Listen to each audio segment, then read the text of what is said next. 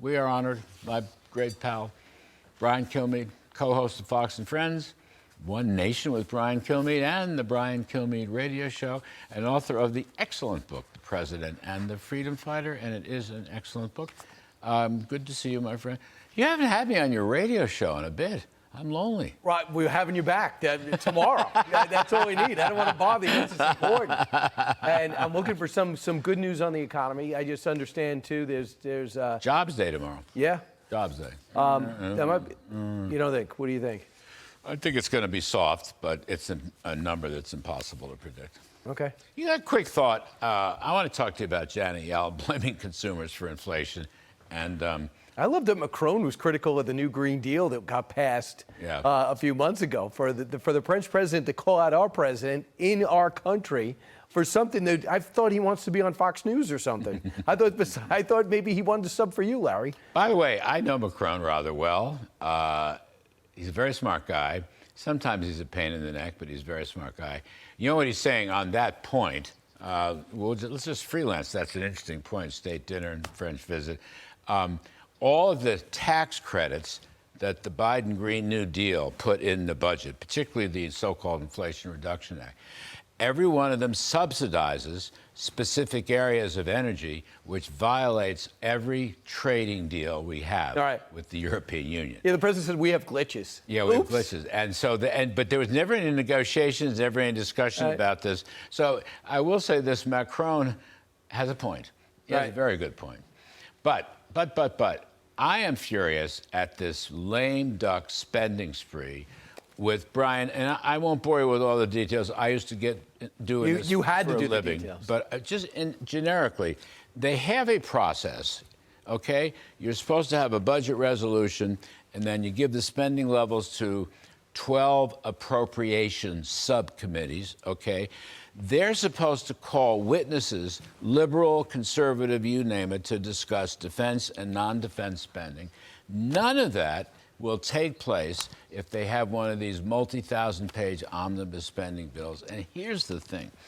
In the Senate, so far, we are told that the Republican leaders are going to go along with this. And this is really against the public. This is really something that will increase the inflation and stop any progress there and deepen the recession. That's all I'm saying. So it's got the omnibus bill where everyone can just jam whatever they want in it without discretion, and everyone has their own point of view. It's almost like everyone's got an earmark, which have voted to stay in play. So it's very frustrating because we put people in play. They're supposed to be budget experts to debate things in our best interests, not to do things that help people get reelected. And I guess Mitch McConnell's theory is we want to start with a clean slate. I guess that's the same feeling in the House. Let's just get this done, go home for the holidays, and move on. Let's not do a continuing CR because it's impossible to budget that way. Mike Pence told me, we interviewed yesterday, we should do the temporary CR and wait for next year's budget after January 3rd, when the Republicans will take the House. That's what they should do. But does Mitch McConnell have the ability to do that? Could he? I mean, that's just it. How much power does he have to do that? Say no. He could just say no. Because they need the extra 10? And then they'll have to fight for the votes piece by piece in the Senate, and that would give a chance for the House. House Republicans can run a good budget process if you let them. They may not win, but they can show you how to do it. And then meanwhile, Janet Yellen, in an interview on the Colbert Show, famous economic, where every Treasury Secretary should go, famous economic policy forum, and he asked her about inflation, and she blamed the American consumer. I don't know if you saw any of that. She blamed the consumer for too much spending on barbecue grills and technology and whatnot.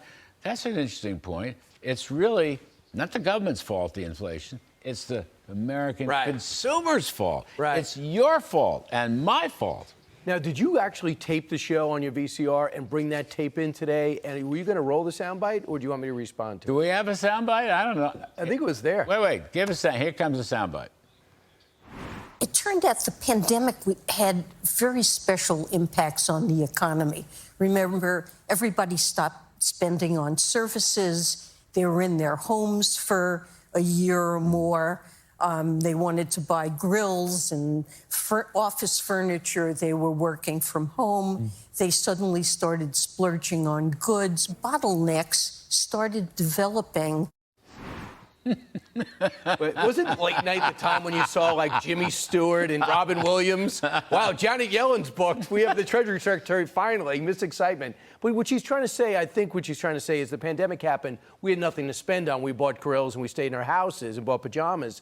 And it was our fault for coming out of the pandemic and then spending too much. That caused the supply chain issues. Not her fault. It's our fault. Not federal spending's fault, which went up $2 trillion, and which actually, it went up $5 trillion in 2 years. It's your fault and my fault. And it's your fault. I'm pointing to the floor manager. It's all our fault, not the government's fault, not bad policies. It's Americans, consumers. And that did not elude you. The word splurge and Treasury Secretary is kind of odd. It's kind of but I would bring a couple of things into play. I think it's also interesting that most of our problems, from the railroad strike to the supply chain issues to the problem we have on our ports, is transportation. Mm-hmm. Every time somebody talks about the future of the Democratic Party, you hear about Pete Buttigieg.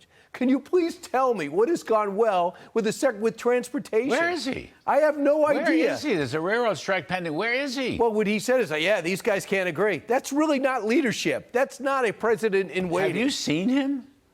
No, I have not seen much. Any shows, talk shows? I've not seen much of him, not at all. To me, this is an opportunity. You know this. Well, yes, this should be his moment. Yeah, and go out and express frustration. I'm frustrated with the union. I am frustrated with management. I can't believe these guys get together. Let me just tell you, I'll be the referee here. Let me just tell you what we don't agree on. These guys can't get together on sick days. They can't get together on vacation days. They can't get together on pension plans. And these are the three things. That's why we're going to bring the whole country to a halt. He could have come off like the good guy. Instead, he said, hey, Mr. President, I can't solve this. And the president says, I don't want to solve it. I'm going to kick it to Congress. So to me, that could say that this president doesn't want his fingerprints on forcing the union to do something that obviously they don't want to do. They want to continue to negotiate and have the strike as an option.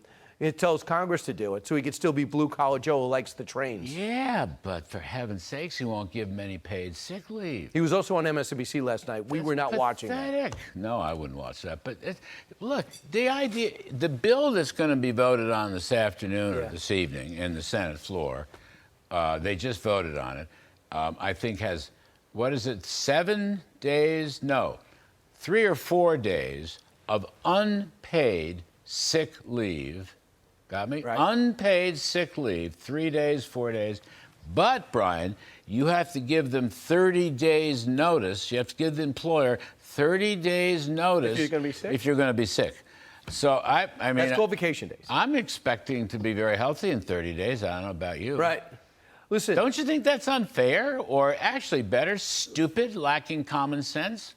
I'm obviously not there with my sleeves rolled up, shouting it out. But I will say, from what I hear, when I heard there was just sick days and vacation days, I thought, this is going to get done. I'm not even going to get involved in this. This is going to be done by the time the weekend's done. Too easy. And then if this is the main issue, and you're the President of the United States or Transportation Secretary, and you let them go through an impasse and have to have Congress vote on this, that is absolutely awful. Remember, Nancy Pelosi and Chuck Schumer and Kevin McCarthy were in the Oval Office yesterday, 2 days ago, saying, I guess we have to do legislation here because there's no other way after Thanksgiving. So I don't know what is going on. Why won't they give them some paid sick leave? I have no idea. We have it. We have it here at Fox.